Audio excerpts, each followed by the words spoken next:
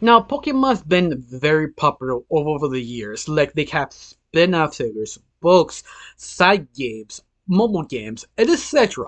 But the only problem is, Pokemon never delivered one specific thing that fans always wanted. Instead of like a spin-off series specifically of Team Rocket, more specifically Jesse, James, and Meowth, because they were kind of fan favorites. They always wanted them to do something with them, but never did. And that's sort of the shame till the fans decided, you know what, hold my beer. I could do my own series. Because let's face it, these three idiots are so beloved, they deserve their own series. And the indie scene delivered at least two very interesting, fun indies. In fact, the first one called X Rocket, and the second indie called Team Rocket Blast Back Again. Now, which I think how you supposed to say it, but both of them are just so enjoyable. But yet, it could be very divisive. Depends what type of fan you really are, because both series are kind of slice of life. And that 100%, some of you be dropping this video because you're not very interested of slice of life. But it's Team Rocket. And that's the thing. Jesse and James Beyond are just a very usual oddballs that you probably give a chance, at least try one. Depends on you. I will talk both of them. But before I actually breaking down what this sort of two indies, my name is Rachel. I like to talk about animation, not just animation. I like to do reviews, first impressions, character theories, and sometimes, if I have some spare time, cartoon breaking news. Of course, you like how it's going, like to help my channel, put like, comment, and subscribe. That's the only thing you need to do. If not, that's fine. But you do. Thank you, because of you, I am getting close to my main goal of 2,000 subscribers. And yes, I am getting close every single day because someone put like, comment, and share. Thank you. I'm completely gratified. Oh, grateful. I'm sorry. I'm a little trippy today. You have probably noticed. But besides that, we can continue on the video of the two indie project of Team Rocket and why they sort of kind of special in the indie space. Now let's get started with the video. Now let's talk about the first indie project I want to talk about. It's basically X Rocket, created by I'm Not Ali. And this project has two seasons. Yes, you heard me right. Two seasons. This indie independent low budget animation about Team Rocket is that popular. I mean, it doesn't have booming numbers, but you can watch the first episode, you kind of get why this was sort of a banger. Especially you realize the first episode was sort of supposed to be on TikTok and they moved to YouTube, but you still can watch TikTok and YouTube, whatever you choose. But the first season is actually kind of like this. The whole characters just seem like this. In other words, a lot of dead space in between. But besides that, it's still completely worth watching. Why? This sort of asks the question: what happened to the manga of Pokemon? Yes, there was a manga of Pokemon, the first original first one that JC and James sort of kind of retired to be criminals, and they got together, got married, got a child, but this never really go into detail how they fall in love. And this indie animation project decided to let's explore that. Let's see how that actually happened. And you know what? This take of that same idea actually was pretty fun. It was actually pretty interesting, especially all the Pokemon references that you kind of miss if you know what you actually know about the history or all the episode or anime movies, because they do reference a few things that quite surprise you, because this one is actually truly a Pokemon fan anime by Pokemon fan who love Pokemon, in other words, because it just sort of surprising. Now, the whole story about this X Rocket is basically Jesse and James once again trying to capture Pikachu for Ash. But interesting enough, they take it that why not take it to the next level? Let's get close to Ash on home. Like, let's buy a house right next to them and wait it out and predict what time he would go out and go in and take him down and take his Pokemon, specifically Pikachu. Great plan, flawless. But the only problem is, the more they just waited out stalking Ash, the more they kind of fall in love with each other, Jesse and James. But this is relying on one specific thing.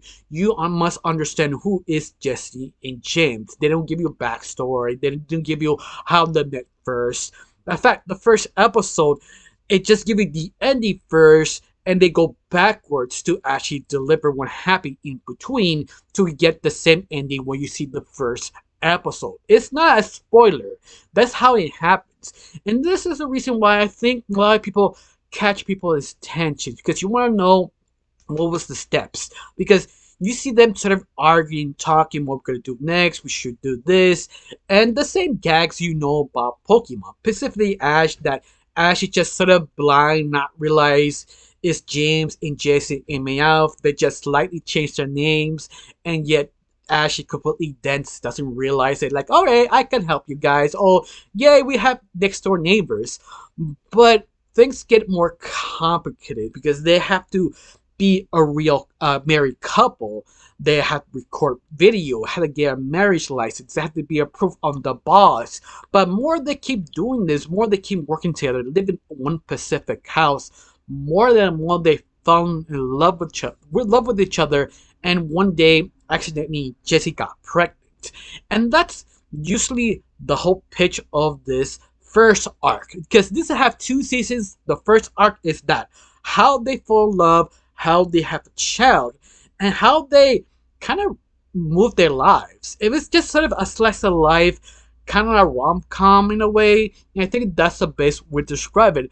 But it really asks you to see what happens next and understand that backstory, because Jessie is a woman, grew up kind of poor-ish life, and every time she is kind of grateful she has something very sweet or something very kind of Pacific her, like she likes ice with flavor, because when she was a kid, that's the only good thing about her life. With when the whole village starts snowing, she actually got snow and make it sort of like an ice cream with syrup inside so she can eat it to have something sweet, because she never have enough money to buy sweets. It's sort of like a reference if you actually know the reference of her backstory. And that is just interesting because James is the same thing. They actually reference different Pokemon James had before. And if you don't know, you will not get what was he's so special about that specific Pokemon he's trying to let you remember. Once again, it's like a little things like that make this so enjoyable, because it really dedicates you as a Pokemon fan remember specific things. I think one of the biggest callbacks is sort of their own version of the Titanic. If you don't know, in the original run, the first original season of Pokemon, Ash was sort of invited in a basically boat or a traveling boat now, where it's like not like a boat, it's bigger than a boat, like a yacht, size like the Titanic downwards, that actually crashed and flipped. And now Ash is his team and Team Rocket attempted to escape out using a map going backwards. That's what the whole episode really was, and they actually referenced it in one of the episodes. But not even that, they have little things exactly similar, same I referencing, but at the same time not putting it on your face. It just sort of this is there and you actually notice it, and that's part of the best thing about this miniseries, that it's just so chill in how they add little things. If you know, if you know, if you're not, that's okay. And that's just the interesting part. But I find it fascinating is the relationship of Jesse and James, because some people believe, oh, James could be gay or could be bi, or Jesse could be gay, because they never really explored that much. Even there have a little bit explanation, like James has a sort of fiance waiting for him to come back, but he doesn't want to come back because he would be forced to be married to her. And that's why he started running away and joined Team Rocket. And Jessie, well, she's loveless because how attitude problem she has, but she was also asked by this stranger to marry her, but James kind of hurt his feelings. But James sort of happy she never went with it, because he has sort of feelings with her, but he's sort of shy to actually ask her. But once more, that's something you should know before you actually watch the series. That sort of kind of represent in the miniseries. But the whole first arc is about them, that cute moment, how they work, how Jesse get jealous and James girl talk to him, or vice versa. James wasn't there for a second, and this beautiful guy reappears from Jesse to help her out. He gets jealous, and vice versa. We have like little cute moments to see them sort of realize why they need each other and why they actually develop. That's something that you always wanted to see, especially for you, especially where they realize they're Jesse's pregnant and she kind of freaking out. So what we're gonna tell our boss? We actually got hitching, have kids, and they just arguing back and forth. They just don't know how to tackle that, and that was sort of the funny running gag. They have like the little setups trying to figure out this is how we should talk to the boss. So how you doing, Chief? Yeah, we got married. We don't care. No, that's not gonna work. Like that. That's kind of running gags they do. But I love it even more. End of the first arc, that the first child is born, and James is there to talk to his boss, and he says, "Great, I'm running away." But the boss, when he hears it, he was just glad. He made it a parade, but you don't actually see it, and that's the brilliant part, because it's sort of like a glimpse that you miss it now. But you have an image Joe inviting the boss, celebrating the Jesse and James quitting, but he never could actually finish or say anything. You don't even see his reaction. You just see congratulations, you quitting. I'm glad, but it's just so fast and quick. You kind of misses it. It's like a quick gag, so fast you don't notice. But the interesting part is they sort of mentioned it a couple of minutes ago with Jesse X James, like, so how the boss took it. He sort of lied, but how he talks, like, yeah, he took it well. Like he took it well. But interesting enough, that's this the first arc, how they got a kid, how they become best friends with Ash. The second arc is more interesting because the second arc dealing with their own kids, with Jesse and James would actually tell them, "Oh, we used to be criminals and stole Pokemon." I mean, it's sort of hard to actually talk about that in your past from your kids because you don't want to become like them. But interesting enough, because they keep kind of butting heads with the organization Team Rocket, because they keep stealing their Pokemon, or they keep bumping into them, or sort of first having curiosity what the happened in that Pacific explosion of that building, and they got curious. They have to see what's actually going on, and that's just sort of interesting because they keep bumping into them. They almost want to go one on one in battle, but on top of all this, you see their own kids understanding what they used to do. But I find fascinating how they deal with basically Pokemon. Pokemon that is just sort of so dangerous that sometimes you don't notice they actually are a threat. They're like a Pacific. I remember it was the second arc that actually got possessed by a Pokemon. Ash is the only one who notices, but the only problem is he doesn't want to scare their kids. So he sort of lies to them, pretending to do something, and using attacks to stop them. Stop them and just figure out how to wake them up and ask for help. Once again, it's just sort of kind of creative how they tackle this. Even this is very low budget. I mean, low budget. The whole thing, it's how the best describe it. It kind of like a boring kind of animation. I mean boring. I mean something like a comic book strip. You see each scene on a comic book strip piece by piece.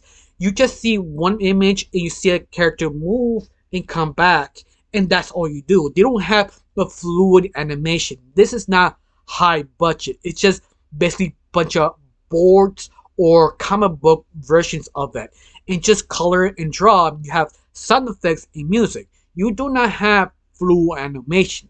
But even that, there's a reason why this was popular enough to have a season 2, because the characters are actually very likable, very interesting, and the concept is kind of fascinating because something like this Pokemon never really explored, because it just I don't know if to them it doesn't feel a good idea or good business strategy, even that fans always want this to explore even more. In fact, this is could be the most darker version of Pokemon. I mean, not that super dark, but it's sort of kind of creepy. Like you've never seen the first original one of Pokemon, how they have this trainer called not trainer, this this elite. I can't remember her name. I think her name was Tracy or Kimmy, and second with the T. That she has a second link with this Pokemon, but she had to defeat this character. But the only problem is the whole episode feel like a horror episode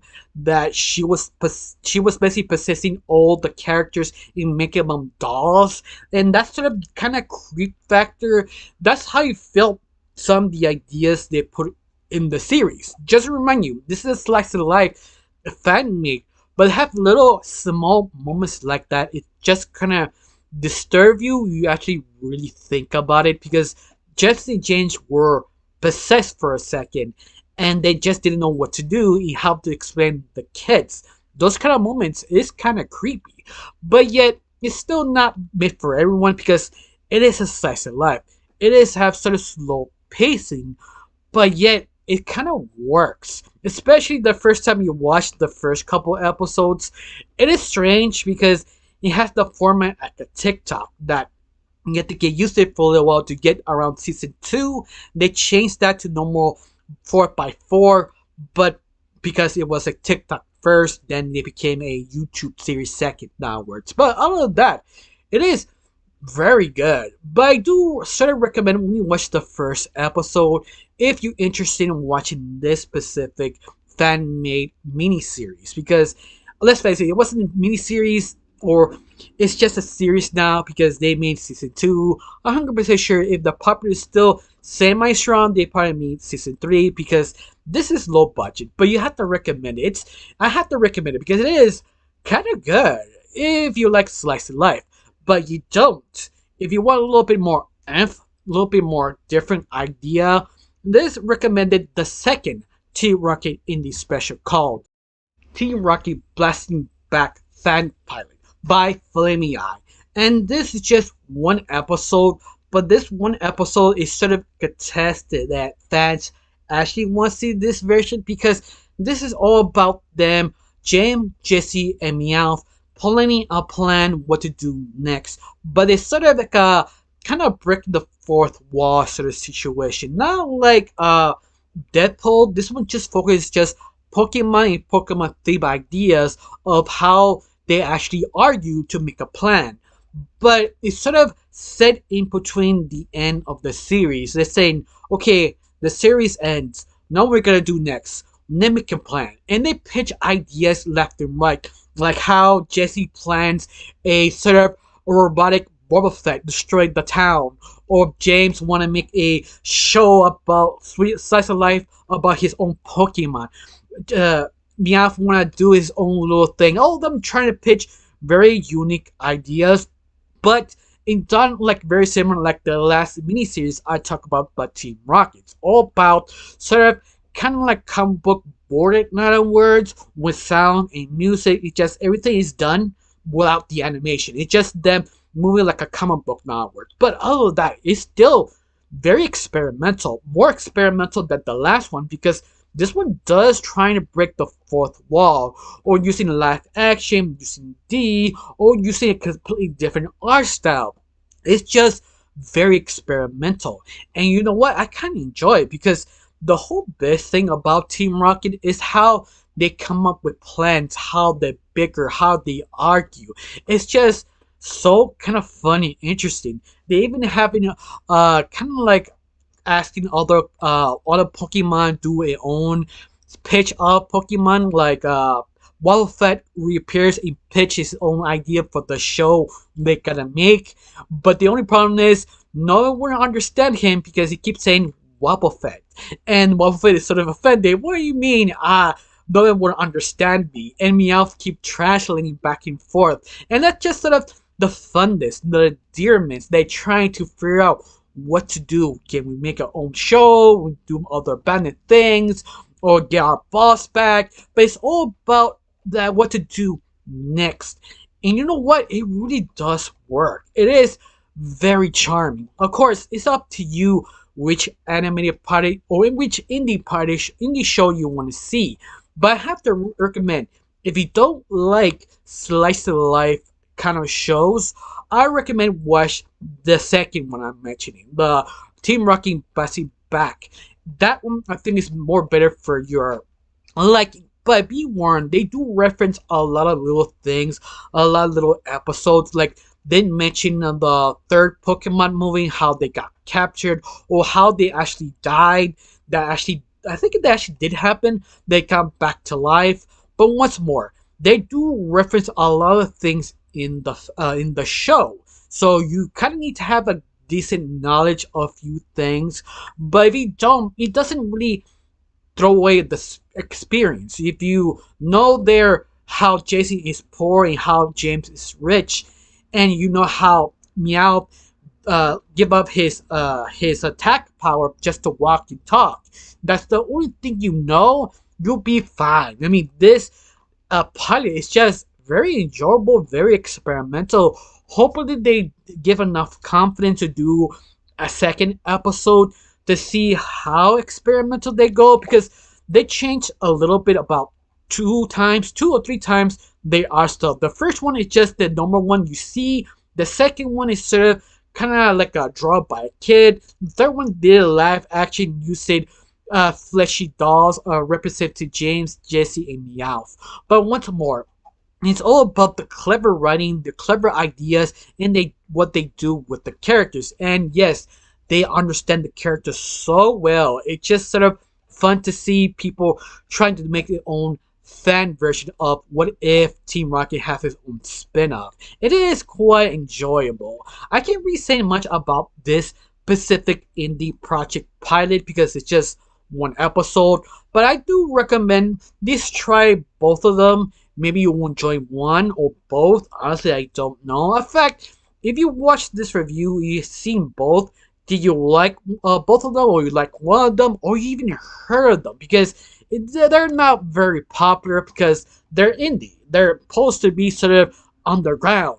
And this is the whole point of the video. Always focusing on indie projects, indie fan projects, because it's not the first time I do talk about fan projects. This is like my second time, I think, or third time, I don't remember. But besides that, this is just what I found. In fact, recommend me more indie pilots or indie fan projects. Maybe I can review it, talk about it. I don't know. Just tell me down below how you felt about this. You heard it? If not, I got nothing really else to say. Just thank you for watching. Don't forget to subscribe and have a wonderful day. Bye.